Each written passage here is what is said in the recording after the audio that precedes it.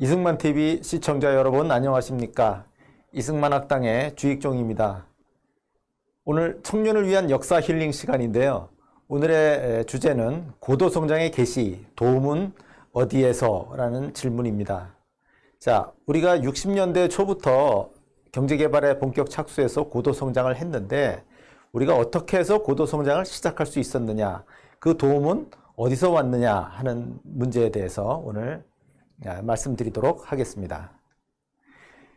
먼저 말씀드릴 것은 현재 국사학계를 중심으로 해서 한국 경제개발에서 박정희 지우기를 시도하고 있다는 그런 부분입니다. 그 말씀을 먼저 좀 드려야 되겠는데요. 어떤 주장이냐면 박정희가 아니었어도 경제개발할 수 있었다. 또 박정희 대통령 이전에 장면 정부가 있었죠. 장면 정부도 경제개발을 할 수 있었다. 또 다른 동아시아 국가도 다 했다. 이런 식의 얘기고요. 그 다음에 또 다른 얘기로는 박정희가 한 게 아니고 미국이 만들어준 거다. 그러니까 한국의 경제개발은 미국이 예를 들어 수출주도 공업화 전략도 미국이 세워줬고, 또 수출을 하려면 시장이 있어야 되는데 그 수출 시장도 미국이 만들어줬다 하는 겁니다. 예를 들어서 여기 왼편에 보시는 원형과 변형이라는 책이 있습니다. 박태균이라고 하는 서울대 국제대학원의 이제 교수로 있는 사람이 쓴 책인데요. 이 책에 보면 수출주도 공업화는 미국의 작품, 이런 제목으로 주장이 나와 있고요. 그 다음에 이제 가운데 보시는 게 백년 전쟁이라고 하는 다큐멘터리 영상의 포스터입니다. 그러니까 민족문제연구소에서 만든 다큐멘터리 영상인데 프레이저 보고서라고 하는 제목입니다.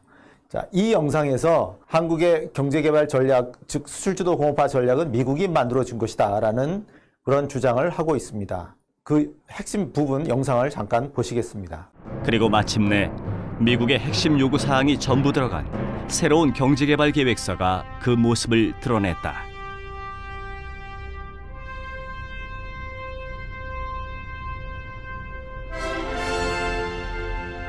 그리고 미국의 적극적 개입과 지도를 받는 수출주도용 개발 전략으로 전환됐다.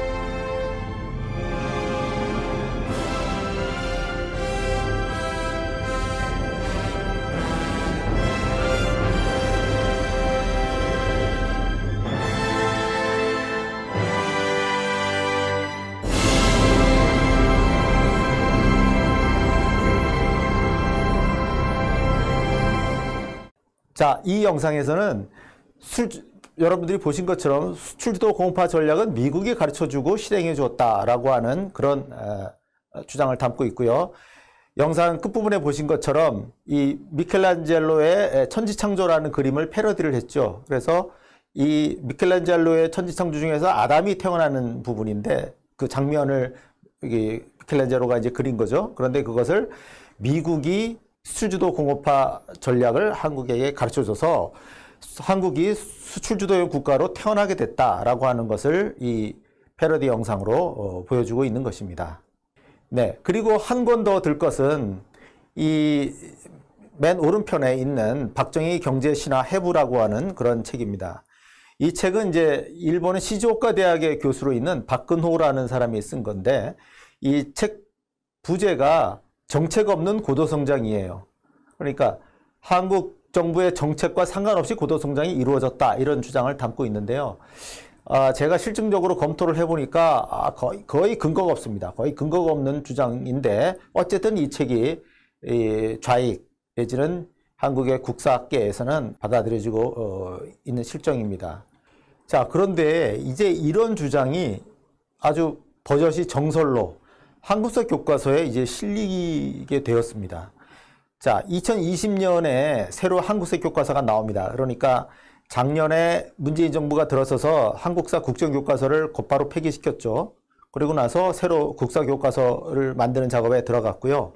그래서 올 여름에 한국사 교과서의 지필 기준이 확정이 됐는데 거기 보면 이런 얘기가 있습니다. 세계 경제의 변동 과정에서 어떻게 경제 성장이 가능했는지를 서술한다 이렇게 돼 있어요. 마치 이것은 시야를 일국사적 시각에서 확대해서 국제관계를 시야에 넓힌 것처럼 마치 제대로 하는 것처럼 어떻게 보면 그렇게 오해를 할 수도 있는데요. 그건 그게 아니고요. 실제로는 그게 아니고 말하자면 세계 경제가 변동하는 과정에서 경제 성장이 그냥 저절로 말하자면 이루어졌다. 당시 한국 정부는 박정희 정부죠. 박정희 정부가 어떻게 애쓰고 노력하고 활동했는지하고 상관없이 경제 성장, 고도성 경제 성장이 저절로 이루어지게 됐다. 누구라도 할 수 있었다는 주장을 사실은 하려고 하는 겁니다. 물론 실제로 어떤 식으로 서술이 될지는 이제 2020년 가봐야 이제 알 수 있겠죠. 그러나 어쨌든 지금까지 진행된 걸로 보면은 이러한 박정희 정부가 아니었어도 경제 성장을 할 수 있었다라고 하는 주장을 이제 한국사 교과서에 버젓이 실으려고 하는 것이라고 생각이 되고요. 그래서 정말로 한국의 고도 성장은 어떻게 해서 시작하게 됐는가 하는 것에 대해서 말씀을 드리도록 하겠습니다. 자, 먼저 볼 것은 제1차 5개년 계획이 어떻게 시행됐나 하는 것인데요. 1차 5개년 계획은 그 62년 1월 달에 발표가 됐습니다. 그렇게 해서 66년까지가 1차 5개년 계획의 5년간의 시간인데요. 이 5개년 계획의 특징을 한마디로 말씀드리면 고투자, 고성장 전략이다. 그렇게 얘기할 수 있습니다. 지금으로 보면 당연한 거죠. 투자를 많이 해서 성장률을 높인다 하는 게 이제 당연한 건데 당시로서는 투자율을 획기적으로 높였다는 게 특징이면서 사실은 또 문제이기도 했습니다. 즉 투자율이란 건 GDP 중에서 국내 총생산 중에서 얼마만큼을 투자에 쓰느냐 하는 건데 22.7%의 목표를 잡았어요. 지금으로 보면 낮은 투자율이죠. 그런데 당시 61년까지 우리나라 투자율이 높으면 13%, 낮으면 뭐 11% 이렇게 11 내지 13%를 왔다 갔다 하고 있었어요. 근데 그것에 거의 2배를 지금 투자한다고 하는 거니까 투자율을 획기적으로 높인 거죠. 그래서 성장률, 고도 성장을 이룩하겠다. 7.1%인데 7.1%라는 수치는 어떻게 해서 나온 거냐면요. 이게 10년 동안 이렇게 성장을 7.1%씩 맨 1년에 7.1%씩 매년 성장을 하면 10년 뒤가 되면 소득이 2배가 돼요. 소득이 2배가 되는. 그렇게 해서 7.1% 성장 목표를 잡은 겁니다. 자, 어쨌든 높은 투자를 하기 위해서는 내외자를 동원해야 되겠죠? 그런데 내자, 외자 다 동원이 사실은 안 됩니다. 내자를 조달하기 위해서 심지어 어떤 일을 했냐면 62년도 6월 달에 아주 갑작스럽게 통화개혁을 했어요. 10대 1로. 우리가 쓰는 지금의 원 있죠, 원화로 통화개혁을 했는데 이게 통화개혁을 정부에서 발표하면은 그 집에 쌓아뒀던 돈을 은행에 가져와서 바꿀 거 아니겠습니까? 휴지 조각이 얼마 지나면 휴지 조각이 될 테니까 바꿀 때 그 거액의 자금이 나오면 그거를 정부에서 산업 투자 자금으로 수용을 하겠다 하는 거였어요. 그런 어떻게 보면 참 순진한 생각인데 실제 통화개혁을 해보니까 나온 게 없었어요. 그렇게 뭐 장롱 속에 숨겨둔 돈이 대거 나온 게 없었고요. 미국하고 사전에 전혀 협의하지 않고 불과 일주일 전에 통보를 하고 이러니까 미국 정부가 이때 아주 강력히 반발을 하고 이렇게 하면서 통화개혁은 그냥 10대 1로 그 디노미네이션이라 그러죠. 그러니까 10대 1로 액면가만 줄인 것으로 그렇게 끝났습니다. 자, 그럼 내자 동원은 어렵게 됐는데 그럼 외자는 어떻게 됐느냐? 미국 원조가 당시 줄어들고 있었고요. 그 다음에 차관도 얻기가 어려웠습니다. 이런 상태에서 어쨌든 내외자를 무리하게 동원하려고 하니까 사실은 인플레가 나오고 또 외환이 고갈됩니다. 그래서 인플레의 경우에 62년도에 10% 물가가 또 63년도에는 21%나 이렇게 상승하는 그 위험한 사태가 일어났고요. 그 다음에 외환 고갈인데 61년 말에 즉 5.16 군사정변이 일어나고 나서 61년 말에 2억 달러 있던 외환이 자꾸 줄어들어요. 줄어들어서 62년에 1억 6,700만 달러, 63년에는 1억 3천만 달러 이렇게 줄어드는데 63년에 1억 3천만 달러 하면 얼마 안 줄어드는데 이렇게 보실 수도 있겠지만 사실은 그게 아니었어요. 사실은 그 갚을 돈이 그러니까 수입 대금을 지불을 해야 되는데 수입 대금을 지불하지 않고 쌓아둔 게 있었고요. 외환 순자산은 2,500만 달러로 뚝 떨어졌습니다. 정말 우리가 97년에 맞았던 외환위기와 같은 외환 고갈 사태가 일어났던 거예요. 자, 이렇게 되니까 62년, 63년 해서 어쨌든 이렇게 안 좋은 결과가 나오니까 박정희 정부가 자체 재정 긴축을 하면서 경제개발 계획을 수정을 하게 되고요. 또 거기에 대해서 미국도 한국 정부에 대해서 여러 가지 요구를 하게 됩니다. 자, 63년도가 한국 경제에 대한 미국 정부의 규율이 진행된 시기다, 이렇게 말씀드릴 수 있겠는데, 당시는 미국이 우리나라한테 원조를 많이 제공해주고 있던 그런 상태이기 때문에 미국이 우리나라 경제 정책에 대해서 말하자면 뭐 감나라 배나라, 이렇게 해라 저렇게 해라고 얼마나 그 요구를 하던 그런 시기였습니다. 그러니까 지금 기준 보면 이상한 거죠. 미국이 왜 우리나라 정부 경제 정책에 규율을 하느냐, 개입을 하느냐 하는 건데, 당시로서는 당연했다, 이런 말씀이고요. 미국이 이때 63년도에 요구했던 것은 경제 안정화와 시장 자유화입니다. 크게 얘기하면 경제 안정화, 시장 자유화인데 그 중에서도 먼저 경제 안정화였어요. 그래서 한국 정부에 대해서는 재정 적자를 줄여라, 재정 적자를 줄이면 원조를 주겠다는 건데, 원조를 전년도보다 깎았습니다. 63년도에 62년도보다 원조를 깎고, 대신 재정 적자를 성공적으로 한국 정부가 줄이면 추가 원조, 당시에는 줄여서 추원이라고 불렀는데 추가 원조를 1,500만 달러를 주겠다. 그러니까 깎은 것만큼을 주겠다. 거의 뭐 그런 식의 이야기였습니다. 그래서 이걸 가지고 계속 63년도에 이제 한국 정부하고 실랑이를 벌이게 되고요. 제가 여기에 이제 ECC라고 써놓은 거는 경제협력위원회라고 하는 건데, 이제 우리나라 경제기획원하고 그다음에 미국의 원조기관이 있습니다. 유섬이라고, 뭐 미국 대사관에 말하자면 부속기구라고도 할 수 있는데, 유섬이라고 따로 있었어요.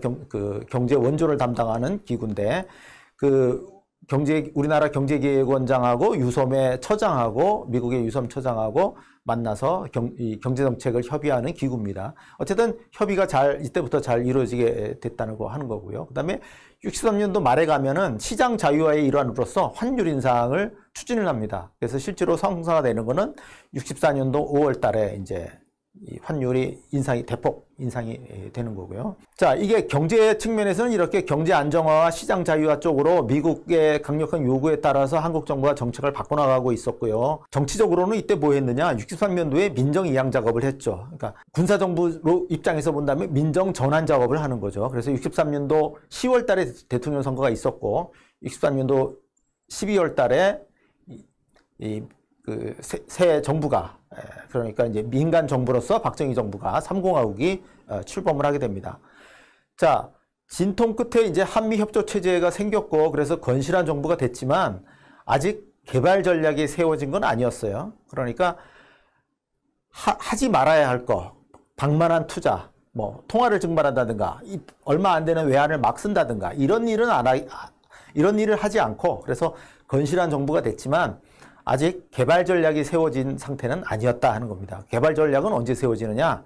바로 64년이라고 할 수 있습니다. 먼저 사진을 두 장을 잠깐 보시겠습니다. 자, 첫 번째 보시는 이 사진은 62년도 2월 27일 날 미국의 그 원조기관이죠. 유섬의 킬렌 처장이라고 하는 사람, 지금 붉은 동그란 원으로 표시가 되어 있는데요. 이 사람이 이제 박정희 당시 국가재건 최고회의 의장을 방문한 자리입니다. 박정희 의장은 당시 선글라스를 끼고 있었고요.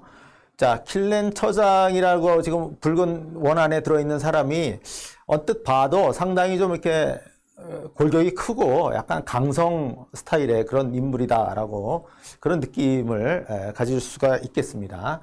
자, 두 번째 사진은 이 킬렌 유섬 처장이 이제 임기가 끝나서 이임 인사를 하는 거예요. 거의 한 2년도 더 지났죠. 64년도 7월 달인데요. 청와대를 이제 방문을 했습니다. 청와대를 방문해서 이임 인사를 하는데 박 대통령하고 지금 맞담배를 하고 있어요. 그러니까 어떻게 자세를 보면 어떻습니까? 상당히 그냥 한마디 탁 드는 느낌은 좀 건방지지 않습니까? 그러니까 그래도 국가 원수인데, 아무리 우리가 작은 나라지만 우리나라의 국가 원수인데 그 앞에서 다리를 꼬고 있고요. 그 다음에 삐딱하게 기대서 또 맞담배를 피우고 있어요. 지금 같으면 있을 수가 없는 일이겠죠. 지금 미국 대사가 뭐 우리나라 대통령 앞에서 저렇게 할 수 있겠습니까?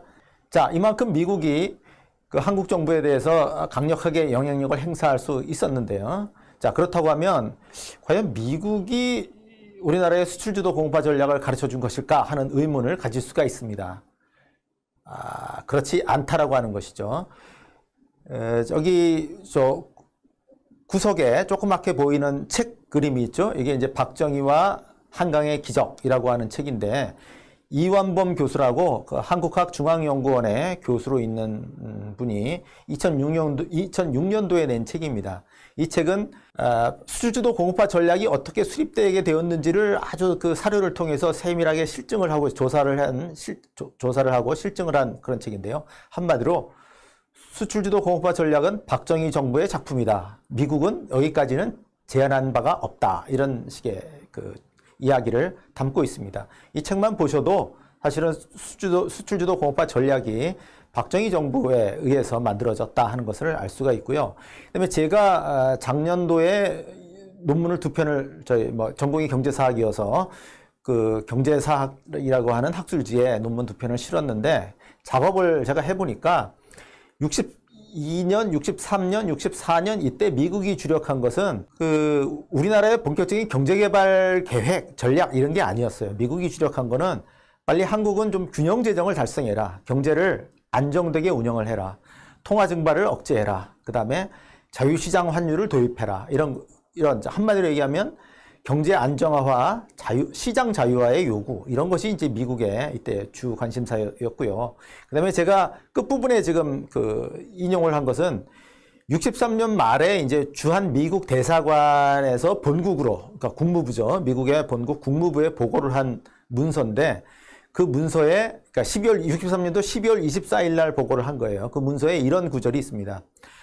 자, 한국의 수출 증진 노력이 상당한 성과를 거두어 61년부터 63년에 매년 수출이 급증했지만 여러 장애 요소 등 때문에 수출 유인이 취약해서 수출 증가세는 앞으로 확실히 약해질 것이다. 그러니까 63년 말이니까 이미 수출 실적이 나왔죠. 63년도까지의 실적은 나왔어요. 그걸 보면 수출은 증가했다. 그건 인정할 수밖에 없는 거고요. 그런데 그럼 앞으로 어떻게 될 거냐?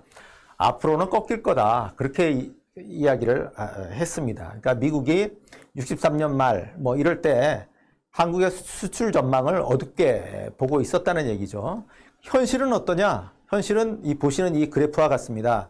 이 그래프를 보면 약간 U자형 비슷하죠. 그러니까 50년대에서 한 58년에 꺼져 있고 그러다가 59년부터 늘어나기 시작했다.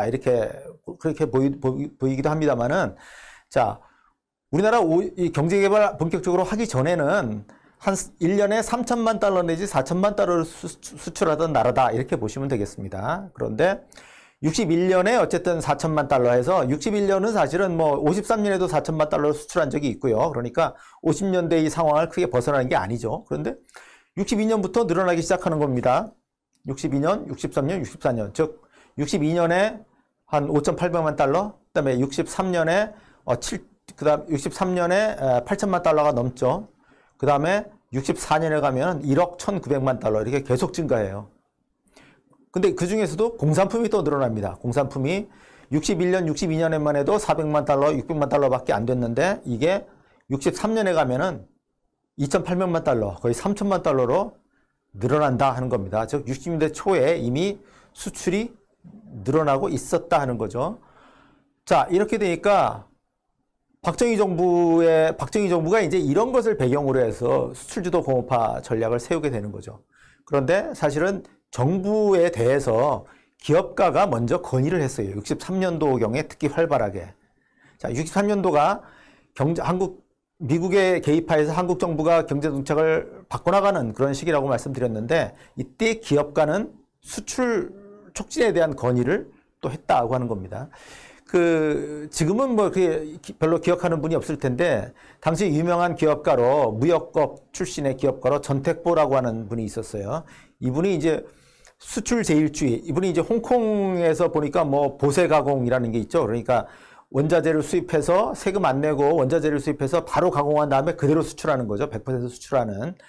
이런 보세 가공을 수출을 홍콩에서 활발하게 하고 있더라. 이런 걸 보고서 우리나라도 그렇게 해야 된다 하면서 수출 제일주의를 이제 우리나라 상공부 장관에게 여러 번 이제 건의를 했고, 지금 전경련의 전신이죠. 한국경제인협회라고 이제 당시 단체가 있었는데 여기에서 수출촉진위원회라는 것을 63년도 3월 달에 만들어요. 3월 달에 만들어서 활동을 시작하는데 코오롱 그룹 있죠? 코오롱 그룹의 창업주가 이원반이라고 하는 분입니다. 그러니까 현 회장의 할아버지인 셈인데 그분이 이제 위원장이 돼서 이 수출촉진위원회 활동을 시작했고, 곧바로 이 한국경제인협회에서 일본에 수출산업조사단을 보냅니다. 그래서 일본에서 일본 기업들이 어떻게 수출하고 있나를 보고 와서는 두 가지 제안을 하는데, 정부에 건의를 하는데, 하나는 보세가공 수출을 확대합시다 하는 거고요. 또 하나는 수출공단을 설치합시다 하는 거였어요.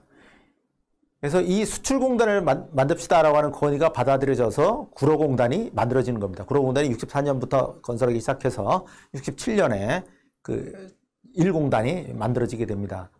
자, 어쨌든 이런 기업가들의 건의가 있었고요. 63년도에 이미 건의가 있었고, 자, 63년도까지 수출이 계속 증가했죠. 이걸 정부가 모르고 지나친다면 이상한 정부겠죠. 그러니까 정부도 수출 증가를 인지를 합니다. 그래서 64년도 1월 달에 대통령의 연두교서, 그러니까 대통령이 나중에는 기자회견을 합니다. 연두 기자회견을 합니다만은, 어쨌든 국회에서 이때는 연두교서를 발표를 했는데, 그 연두교서에 공산품을 중심으로 한 수출의 증대는 혁명정부, 그러니까 5.16 정부를, 이제 군사정부를 혁명정부라고 부르는 거죠. 혁명정부 하에 특기할 만한 발전이다라고 그렇게 이제 인지를 이미 했고요.